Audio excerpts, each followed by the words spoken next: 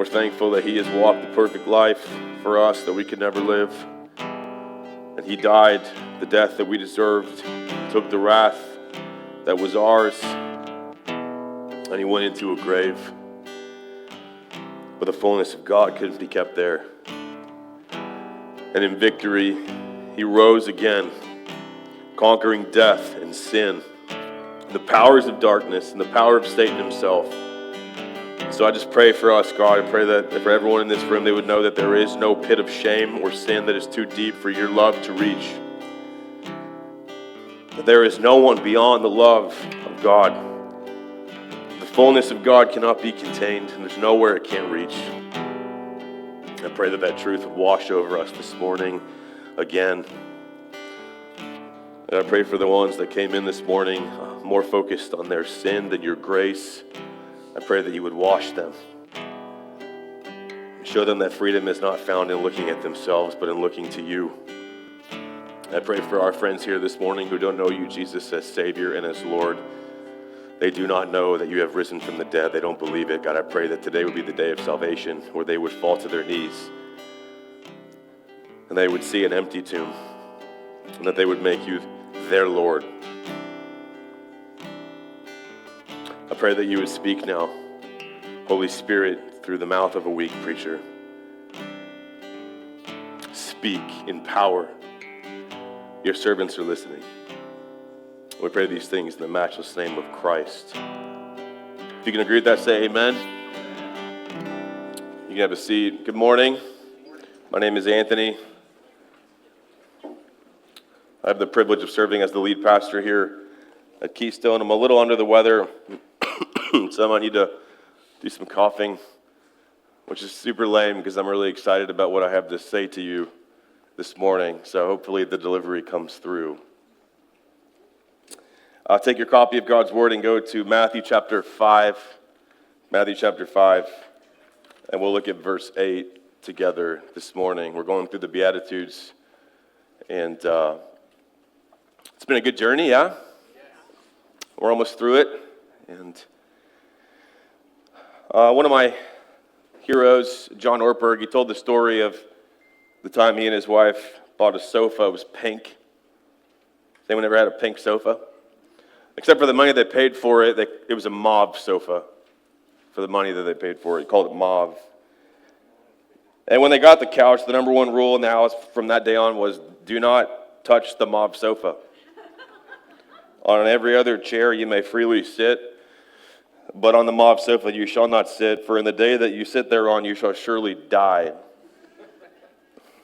And then one day, there it is. It's a red jelly stain on the mauve sofa, right in the middle. So the wife calls the store. She gets on the phone with the salesman, and the guy says, and I love this, oh yeah, that's not coming out. Never. For all eternity, that's going to be there, that jelly stain. So she gathers her kids, 2 little girls, and John Ortberg, and they sit them down in front of the couch, point to the stain, and she says, do you see that stain? That is a red jelly stain. And the man at the store says, it's never going to come out, not for all eternity. Do you know how long eternity is, children? Eternity is how long that we're going to sit here until one of you tells me who put the jelly stain on the mauve sofa. There's dead silence.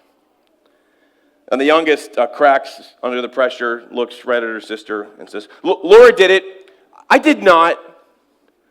More silence after that. Ortberg just sits there in the tension because he's never seen his wife like this. Guys, you know what I'm talking about? And he writes that I knew that none of them would confess putting the stain on the sofa because they had never seen their mother that mad in their entire lives. I also knew they wouldn't confess because they knew that if they did, they would spend eternity in time out. I also knew they wouldn't confess because it was I who got the jelly stain on the sofa, and I wasn't saying nothing, no, not one word.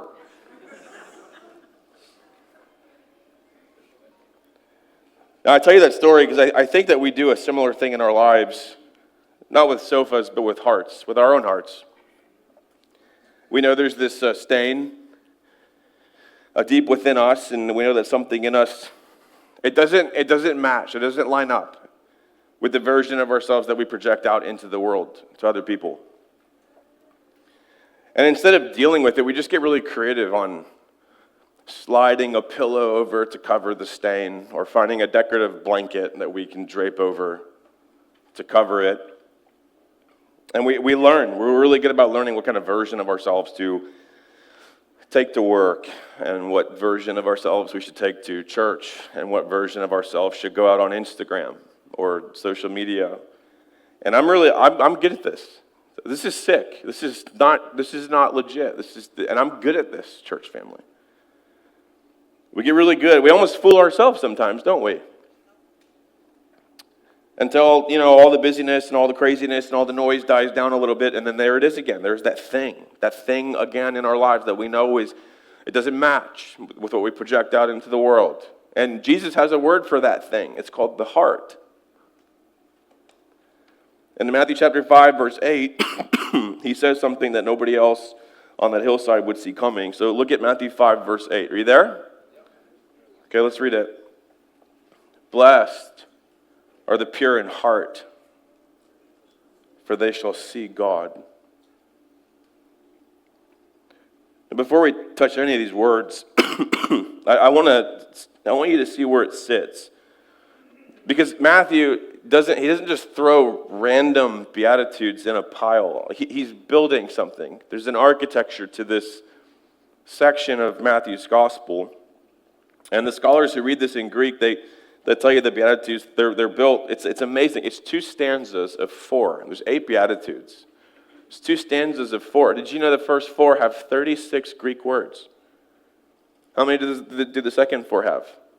36 Greek words. It's really interesting. The first 4, the characteristics that are described the blessed people, all start with the Greek letter P. Like pie. You'd say pie because you're American, whatever. But P, it's P. So, and it's not a list, it's a structure, which means that every beatitude really kind of has a mirror to it. Does that make sense to you? It's a mirror. So the mirror of verse 8 is verse 5. Blessed are the meek, for they shall inherit the earth. And so Jesus is telling you that the meekness that you show on the outside and the purity that you carry on the inside are the same person seen from 2 different perspectives, one internal, one external. Sorry guys, it's gonna be a fun Sunday. But look at the promise. The promise is they shall see God. And I love what A.W. Tozer said. I couldn't get it out of my mind. He takes the Beatitudes and he turns them inside out, and you get the value system of the world. One of my mentors and my heroes, Stephen Davey, would say these are the opposite would be the me attitudes of the world instead of the beatitudes of the Christian life. So, for example, the world's version of verse 8 would say, happy are those whose private perversion is never revealed. But Jesus teaches, happy are those whose private purity is a daily resolution. So the big idea, let me give you the big idea over this verse 8. I want you to take it home with you. I want you to sit in it. It's this. You can't see God clearly until your heart loves him completely. You can't see him clearly until you love him completely. It's the big idea. And there's this tension that I want us to sit in this morning because Proverbs 20, verse 9 asks a question. Jot that down, Proverbs 20, verse 9. Here's the question that Proverbs 29 says, who can say that I've made my heart pure and I'm clean from my sin?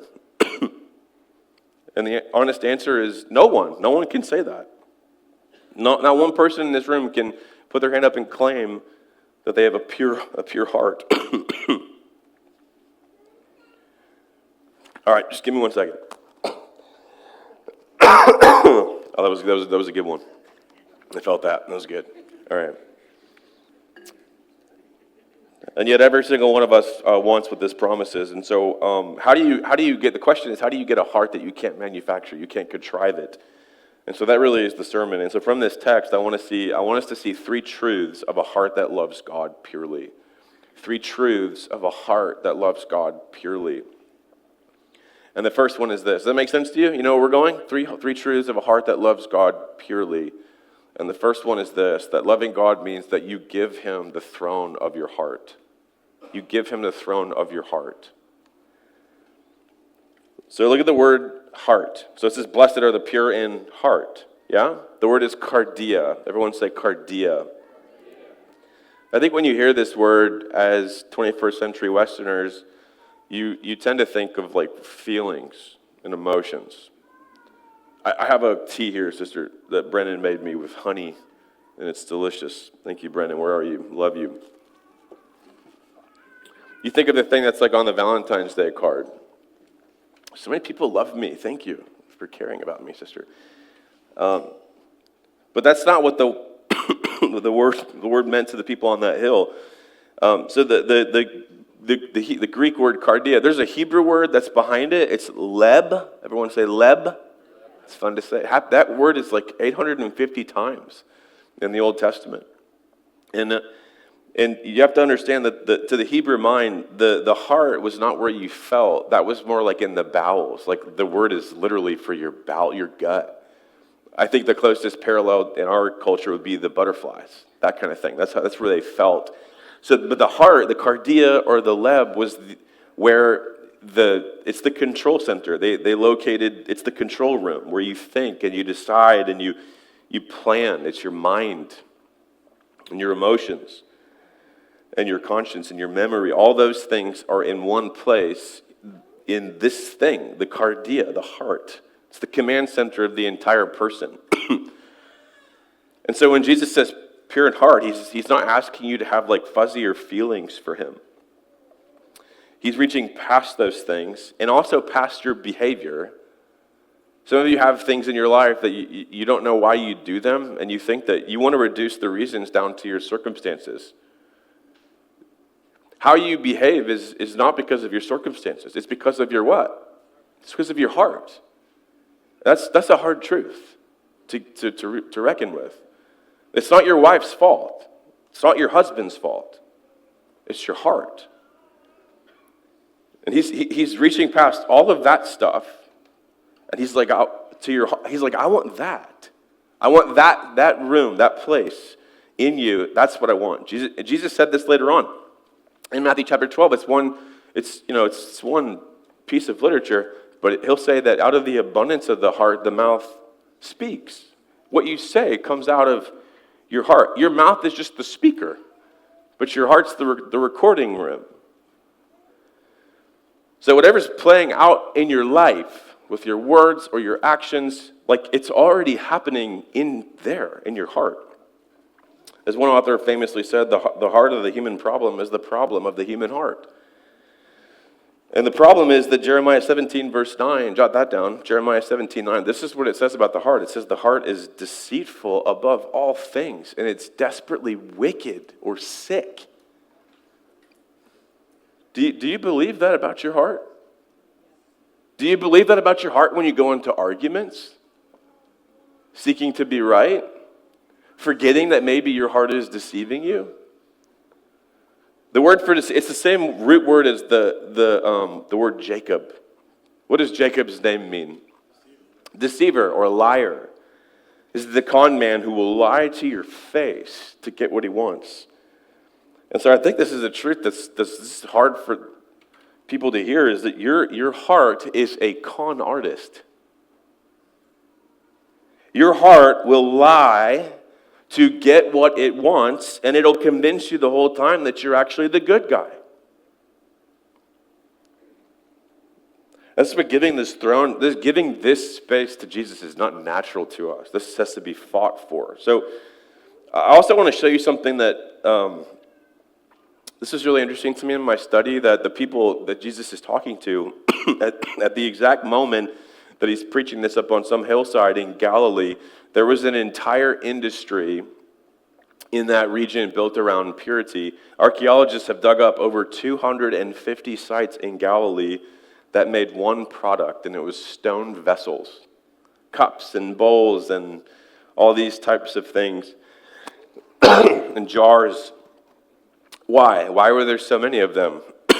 Because under Jewish law, clay could become unclean, but stone could not. Stone stayed pure no matter what.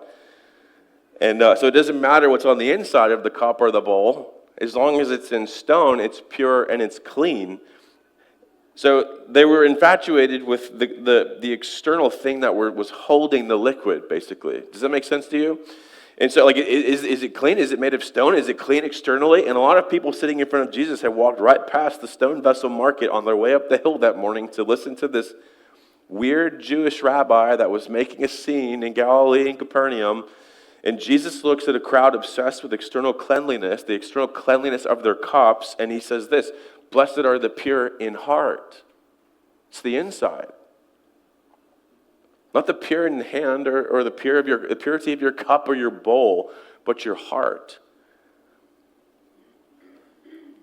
Jesus is like, I want purity there, not just on the outside. That's why he looks at the Pharisees and he calls them whitewashed tombs. You look really good on the outside, but you're dead on the inside. John MacArthur, in his commentary, I like that he says there's only really three kinds of religion. And that popped to me in my study. He says you have hand religion, where you say, I'm going to get right with God by what I do. Your works and your church attendance or whatever it is. And then you have head religion, where you say, I'm going to make myself right with God by what I know. As long as I'm orthodox in my doctrine, as long as I can out-talk more people with theology and the councils or whatever. But then you have, heart religion, which Christianity is a religion of the heart. God doesn't just want my hands or my head; He gets the throne room of my heart. And it's someone who says to God, "I just want you to have all of me. I want all of me to be all of yours." So I think this is a real question for us, church family. That you can have clean hands. Do you know you can have clean hands and a crooked heart? You can have more theology than the people that taught you and still have a heart that's 1,000 miles away from God.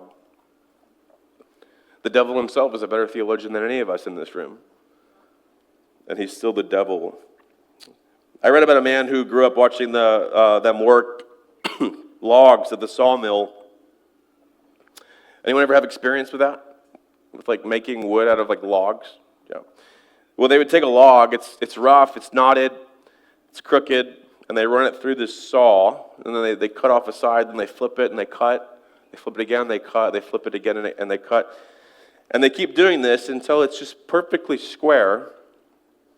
And you can stand over it and look down the length, and it's straight as an arrow. But then if you go around to the other side where you initially cut the log off, and you look at the heart of the piece of wood, the grain on the inside, it's like still crooked. It's still all jacked up. And so it's never changed. They just cut off everything that you can see.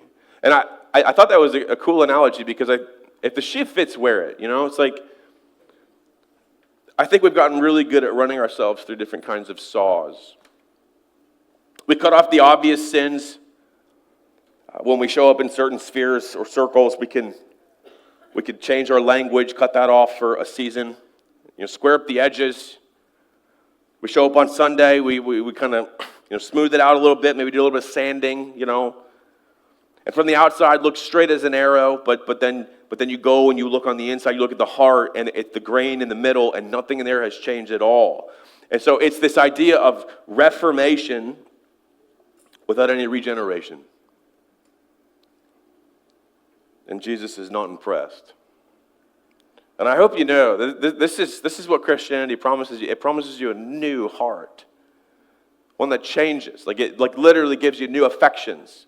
It causes you to hate the things that you used to love, which is my story. I thought the Bible was so boring. I thought it was so boring. And I loved my sin so much. And literally overnight, I could not get enough of the Word of God. And when I went back into these sins, I just it made me want to vomit. My soul wanted to puke. And it's like, how did that happen? Well, the Spirit of God gives you new affections. He regenerates your heart. He wants the grain. He wants the middle. He wants the throne. Does this make sense to you? This is what he wants. He's not impressed with how you look externally. He wants your heart. And so I'll just kick the question to you, that this point's really asking. Who are you when no one's watching you?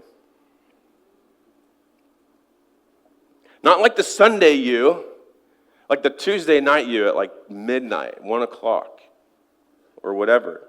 Or the version of you that when your spouse is like kind of, there's a little poking tension point. Like, what version of you is there? What's the version of you in your browser history? That is you. That is you. You say, that's just a bad moment. No, dude. No, it's not. That's who you are. And you're not going to experience any growth until you get that. What does your mind drift to when you're alone? What do you daydream about? If I could just get this thing, if I could just win the lottery, then I'll be okay, I'll be happy. That's you, man. That's you. And it's like God is saying all these things are flowing out of the heart, and he's like, I want that space to be all of mine. I don't just want a seat at the table of your life while you're still there, still making decisions as the chairman, I want to occupy the table. I want all of it. This is the first point. You give him the throne of your heart. That's someone who loves God purely. Okay? Secondly, how am I doing? Think I'm doing okay? Yeah? I'm making it. It's the grace of the Lord. Secondly, if you're going to give him the throne, then loving God means you purge the rivals that compete. So we're going to back up and look at the first word now. Okay, so we went to the word heart. I want to focus on the word pure. So go ahead and circle the word pure. I think most of us hear the word pure in heart and we think sinlessness, something like that. And I would just say if that's the bar, then sermon's over, we can just go home now, And that's really not what the word means. The word is katharos. Everyone say katharos. And it's kind of, I think this helps us, is that I found in my study that it's used in two different places in this cultural context. It was used in the refinery. So katharos was the word used for refined gold. And do you guys know how they would do that? They would put the gold in the furnace over and over and over again, because the dross, the impurity of the alloy would rise to the surface, and then they would scrape it off. So it was used of pure gold. All the cheap metal would be burned off, brought to the surface, and then burned away. It was also used, secondly, in the marketplace. The marketplace. They would stamp katharos on weights to certify them as legit.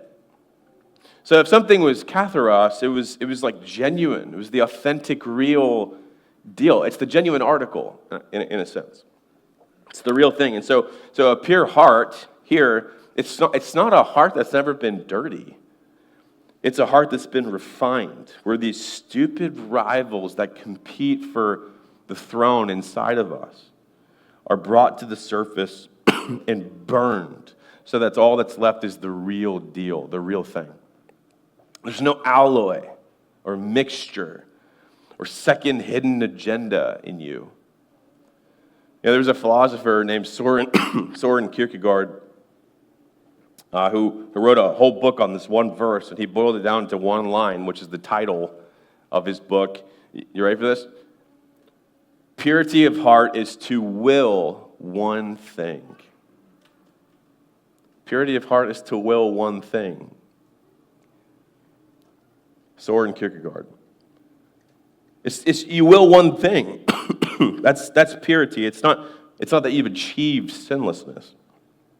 It's that you're not divided. You're not serving two masters. You're not living with one foot in and one foot out. You have one love and one king. And I think this is a really profound point, so I need you to really pay attention to this, because this is kind of the boiled down point here. The opposite of purity is not just sin. The opposite of purity is division. Does that make sense to you? James 4, I should have had this on the screen. James 4:8 says this. Listen to this. Cleanse your hands, you sinners, and purify your heart, comma, what's the problem? You double-minded. You double-minded. So the issue of purity in the mind of James, the half-brother of Jesus, is like, you're double-minded. That's what impurity is. And so the Greek word there in James is really interesting. It's dipsukos. Die from two, psukos for soul. It's literally you're two-souled. This is what it means to be impure in the mind of James. You're two-souled. You have two souls in one body. He's not talking about some monster. He's just talking about a guy who loves God and also loves porn. He's talking about a woman who prays on Sunday, but then serves her idol of image on Thursday. You're not necessarily a bad person. I mean, we're all bad, I guess, in the eyes of a holy God, but you get what I'm saying? But you're just divided. You're a double-minded person. The double-minded person, one author said this, is like a wife who has a husband and a boyfriend. It's not that you've done anything necessarily that you could point to in a courtroom, but the heart is split. And a heart that's split, by definition, is not a pure heart. You tracking? So let me double-click on some options, and this is not exhaustive by any means, but, in the Old Testament, a pure heart is almost always a heart that's cleansed from one specific thing, and that would be idols. Idols. Psalm 24. Write that down. We'll come back to it at the end. Psalm 24. He says that a pure heart is one that does not lift up its soul to what is false. Ezekiel 36. God says, I will cleanse you from all your uncleanness and from all your idols. And so exegetically, the impurity is some form of idolatry. Now, that's what the rival things are for us competing. Now, when you hear idol, you think of like a little statue that you bow down to and you worship or whatever, right? But it's deeper than that. An idol is anything more important to you than God. It's anything that absorbs your heart or your imagination more than God. And you look to this thing to give you what Jesus wants to give you himself. You look to whatever it is, So, and John Calvin said this, get this, man. You probably, some of you know where this quote is, that the human heart is an idol factory. It's not just a place where idols like to show up. These things, your heart pumps these things out. Cranking them out, even now. And I think we're all different, you'd agree? We're all different to some degree or another. And so my question would be, is what are yours? What are your idols? I'll give you a few options. And these are not exhaustive by any stretch of the imagination. Maybe it's approval for you.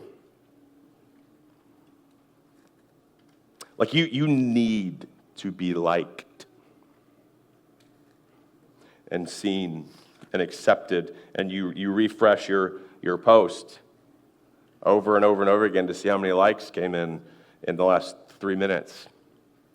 Because you're not living for God, you're living for the verdict of people who don't even think about you. Some of you, I think it's control. Anxiety and anger are two sides of control. Anger would look retrospectively backwards, and it would say, man, things did not go the way that I wanted them to. And then you just get angry and you blame someone. Anxiety looks forward and says, things won't go the way that I want them to. It's control. And so you and a God that you can't control, which some of you need to figure that out, terrifies you. And so you keep your relationship with God at some arm's length, and you call it like living in wisdom or being responsible or whatever. And here's another one, number 3, the sneaky one. It's a good thing that becomes a God thing, and therefore it becomes a bad thing. It's something good that becomes an ultimate thing for you, like your marriage, for example, or your kids, or for me, ministry, the church, because you can love your kids more than you love God and not even realize it because it looks like virtue. And I can love this church and pour my life out for it, and I can love it more than God and not even realize it because it looks like virtue. It's a sneaky one. And so the thing that you need to know about the rivals, these idols that compete for us, is that they don't necessarily have to be evil to disqualify God. They just have to come before God. They come first. You can love God and love something else more, and it's like we want partial credit for that, and Jesus is like, that's not purity. That's not purity. That's a divided throne, and God does not do throne mates. That's why one chapter later in verse 6, Matthew 6, he says it negatively, no one can serve two masters. It's the same sermon, same truth from a different perspective. I'll take you back to that refinery for a moment. Because the ancient goldsmith, and this is what God's doing in you, Christian, the ancient goldsmith would take the raw ore of the earth, which is full of impurity and all the junk metal and all the alloy and all that kind of stuff, and he would put it in the furnace and he would turn the heat up until the impurities would rise to the top, and then he would call it DeRosse, and then he would skim that away, and then he would turn it up again, and more junk would rise, and he would skim it away. And people would ask him, how long are you going to do this for, man? You've been at this for quite a while. How do you know when the gold is finally pure? And the goldsmith would say something like this: I know when it's finished, when I look down into that metal that used to be impure, and I can see myself reflected back. Do you understand that, Christian?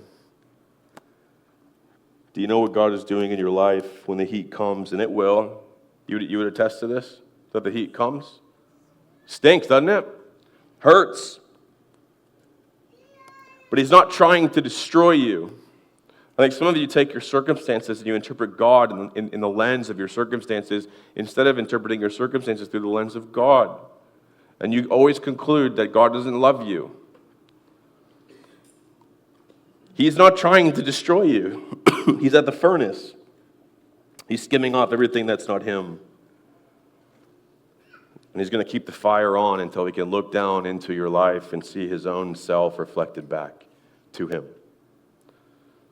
The fire, in other words, is not the enemy of your purity. It is how you get the purity. Does that make sense to you? And so we purge the rivals. He gets the throne, we purge the rivals, and then here's the payoff. Last one. Third truth of a heart that loves God purely.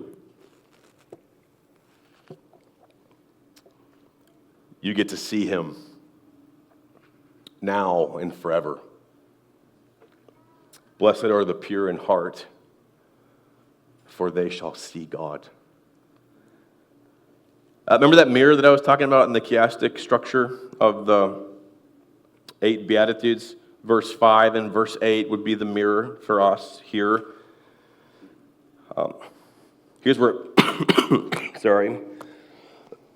here's where it pays off a little bit. The meek inherit the earth. See that in verse 5? And the pure see God. And Matthew builds these two together on purpose. The meek, it's the posture that you show the world. You're gentle, you're surrendered. It's strength under power, strength and power under control. You're not reaching for all this stuff, all the shiny things the world offers you. And then you have the pure in heart, which is the same person, but it's on the inside of them. They're the ones who stop grabbing for the world, and they're the same people that have been cleansed of their idols and their rivals that compete. It's one life, outside and inside. But look at the promise here. The promise, the grammar is actually really strong here. It's stronger than your English Bible. it says they shall see God. The word for see is opsantai. Everyone say opsantai.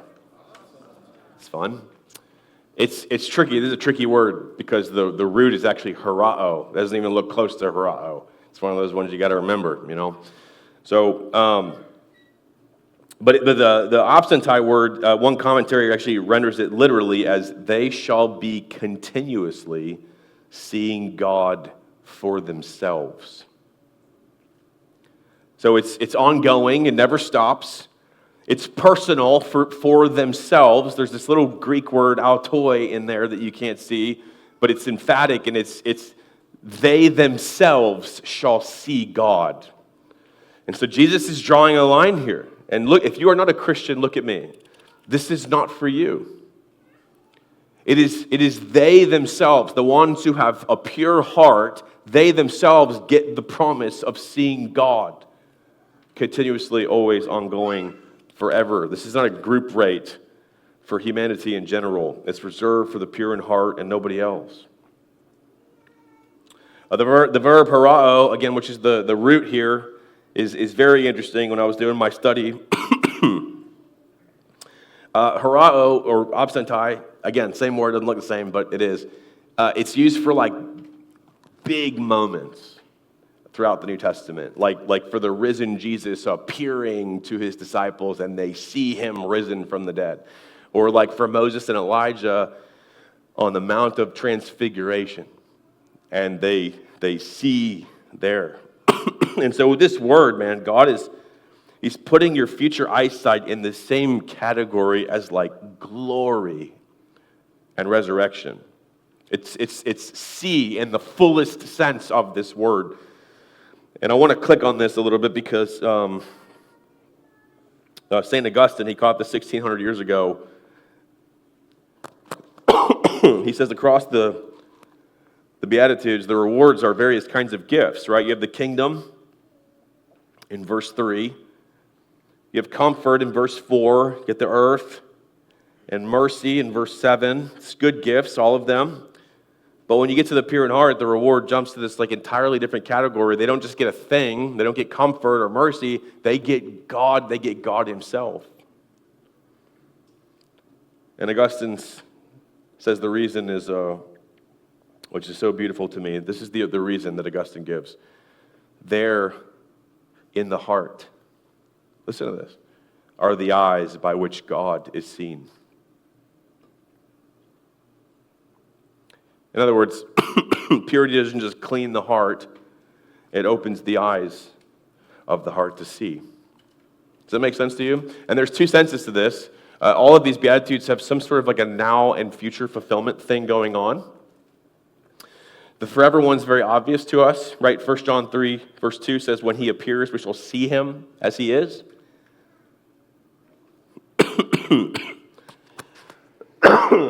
Revelation 22, verse 4, they shall see his face.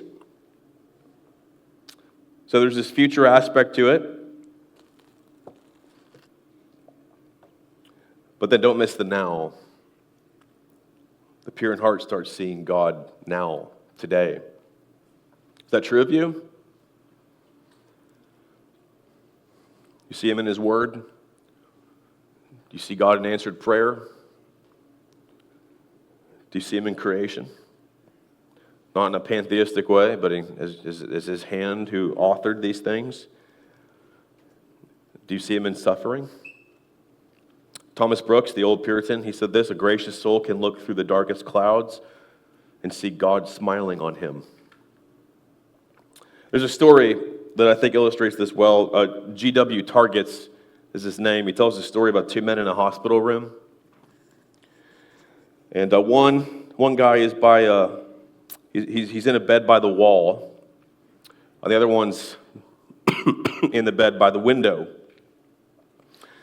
And the man by the window, he gets sat up each day to drain his lungs. Can you picture this in your head? The one by the window gets sat up to drain his lungs. And when he does, he starts describing what he sees outside to his roommate who's by the wall. He can't see the window. He says, I see a father and son fishing today. I see lovers having a picnic in the park. And there's a beautiful parade passing by today. And there's Tweety in a big balloon type thing. He's, and his roommate lives for those descriptions. But over time, this resentment builds in him. And he said, why does he get the window? Why do I get stuck here in the wall? I wish I could be over there. And so one night, the man by the window, he starts choking on the fluid in his lungs. And the man by the wall, he heard it, he realized it, and he could have hit his call button. But in bitterness and in resentment, he doesn't. He listens to his roommate by the window die. And the next morning, he asks, after they have removed his body, he asks for the bed by the window. And so then the nurses move him over, and he props himself up, and he finally gets his view, and he opens those window curtains, and it's a brick wall. The window faces nothing. Every scene that he ever heard described, the fishing and the picnic and the parade, was entirely within the man who described those things. And so what I want to say is that what you see in the world around you is not always determined by what's around you, but by what's already in you. That's the now. The pure in heart, they see God everywhere. And they even see him in the very seasons that the divided heart would call him absent in those painful marriage struggles. Or in you battling some addiction, or in the trial, or they see God everywhere. They see him in the silence and in the ordinary. And the clean heart, the one that's pure, it's not waiting to get a better view or a better window because they can find God at the brick wall.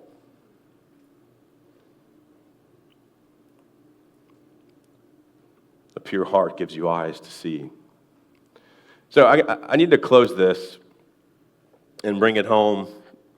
And I got to be honest with the problem that we're left with, because everything I've said in this morning sounds really great, not because it's a great sermon, but because it's in the text, right? And we give God the throne, we purge the idols, and we see his face now and forever, But you run back into this problem of Proverbs 20, verse 9. Who can say that I've made my heart pure? No one. No one. You could square up the lumber all day, and the grain in the middle still stays crooked. And so how does anybody ever see God?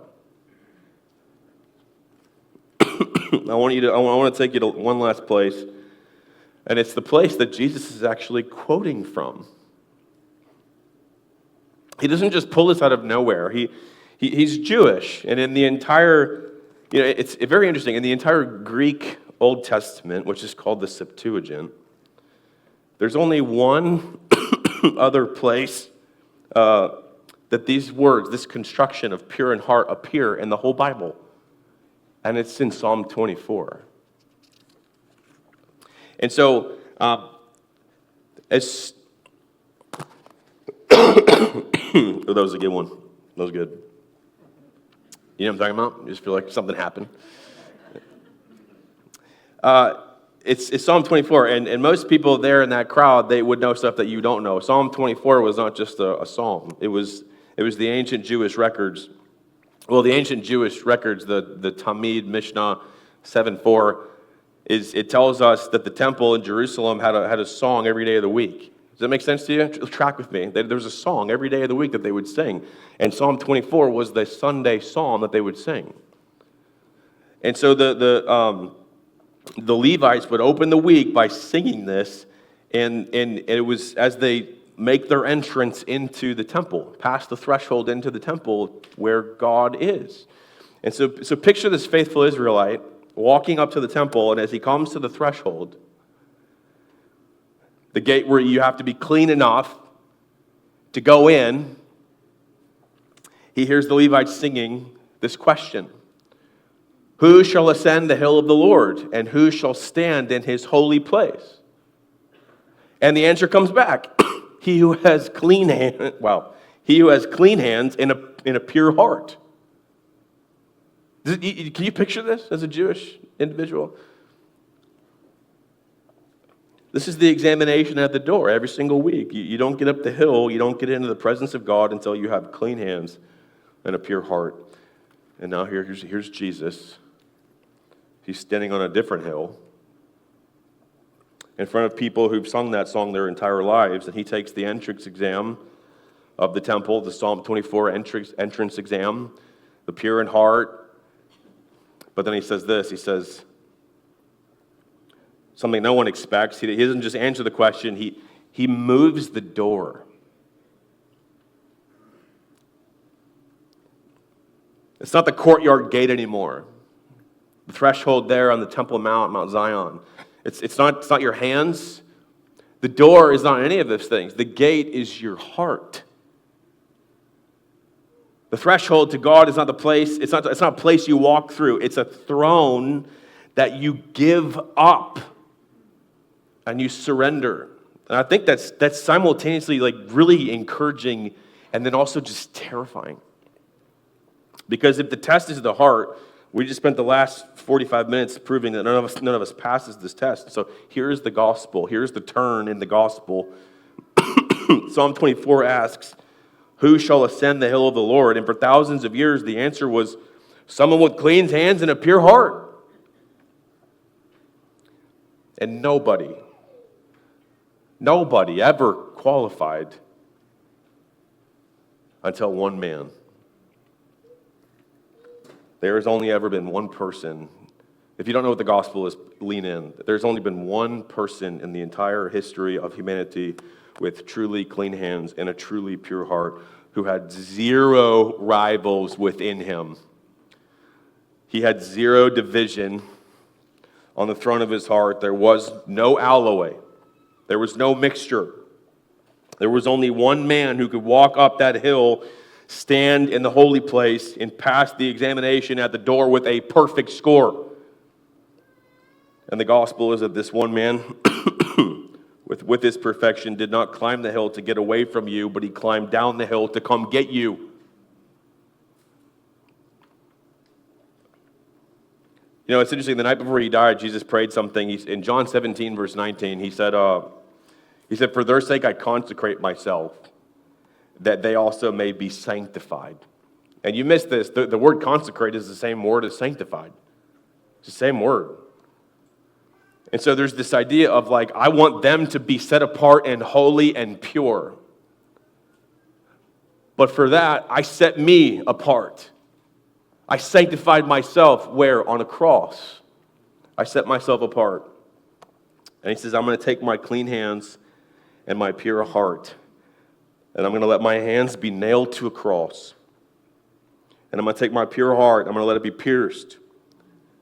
And I'm going to fail the test publicly. I'm going to be treated like the guiltiest man who ever lived, so that everyone who failed it for real can be handed my perfect score. This is the gospel. But the only one who could ever ascend the hill descended it, and he carried our impurity and our sin all the way to a cross, and he buried it in the grave, and he gave us his purity in exchange. This is the gospel. And so you do not get a pure heart by more climbing, ascending yourself to the hill of the Lord. You just get it by receiving.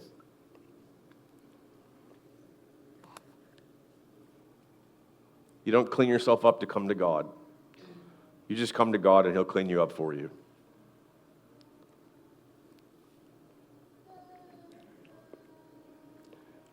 I want to leave you with a picture of the day this all pays off.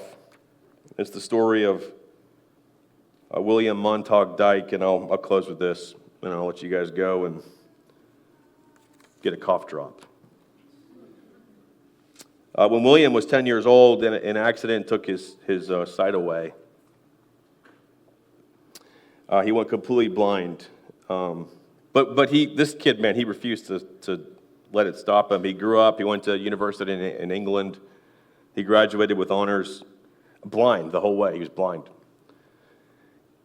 And while he was there, he fell in love with this young woman who was the daughter of a British naval officer. and they got engaged. And not long before the wedding, William had this really rare opportunity, this rare chance to have an experimental surgery for his eyesight condition. And it was risky. There was no certainty that this would pan out for him the way that he wanted it to. But if it worked, that he would be able to see for the first time since he was a boy. But if it failed, it would solidify him being blind for the rest of his life. One of those deals. So he has the operation, and the doctors, they bandaged his eyes, and William, he made one demand. He said, I don't want my bandages to be taken off until my wedding day. Because if this works, if I'm going to see again, the very first face I see, I want to be my bride's. And so the wedding day comes, and the church is packed, and there's royalty, and there's dignitaries everywhere. And William is standing at the front. His eyes are still wrapped while he's waiting. And the organ starts, and his bride begins to walk down the aisle. And as she reaches him, the surgeon steps up to take out his scissors. And he cuts the bandages away. And the whole room is just holding its breath because they know the story and they know what's at stake. Did it work? Can he see her? And William looks for the first time in his life since he was 10 years old. And he looks at the face of the woman that he loved, but had never seen before. And he says loud enough for the whole cathedral to hear this, "You are more beautiful than I ever imagined." And I think about that, and I think, this is true for you. This is true for us, church. That there is a day coming. There is so much pain in this room, and there are so many struggles that you are all walking through. And there is a day coming for you when the bandages are going to come off. And after all these years of walking by faith and not by sight, after all the prayers that felt like they went up to the ceiling and bounced down and came back into your lap, after all the suffering that feels just like the silence of God, right? Can we admit that? Sometimes it feels like he's just absent. All these moments, the wrap is going to come off our eyes and the pure in heart washed clean, not by our own scrubbing, but by the blood of the Lamb alone. The only one who ever passed the test. The bandages will come off and our eyes are going to open and we are going to look fully in the face of the God who made us. And in that moment, every divided heart that ever got made whole, and every con artist that ever got remade as a new creation in Christ, every one of us who could have never climbed that hill on our own, we are going to look full in the face of Jesus and say what faith knew all along was coming for us. You are more beautiful than I ever imagined.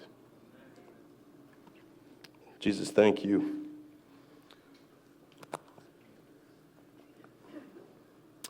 Thank you for who you are, and thank you for your faithfulness. And I just pray a special grace over my friends. With all that they're walking through, and we're either in a storm, coming out of a storm, or about to go into a storm, which is the furnace, the refining process. And I just pray grace over my friends, that they would live with hope, that there is a day coming with all the struggle and the doubts and the objections and the fears and the moments that they confuse silence with your absence. There is a day coming where we will look fully in your face and say that you are more beautiful than we ever imagined. We long for that day, and we ask that it would come quickly.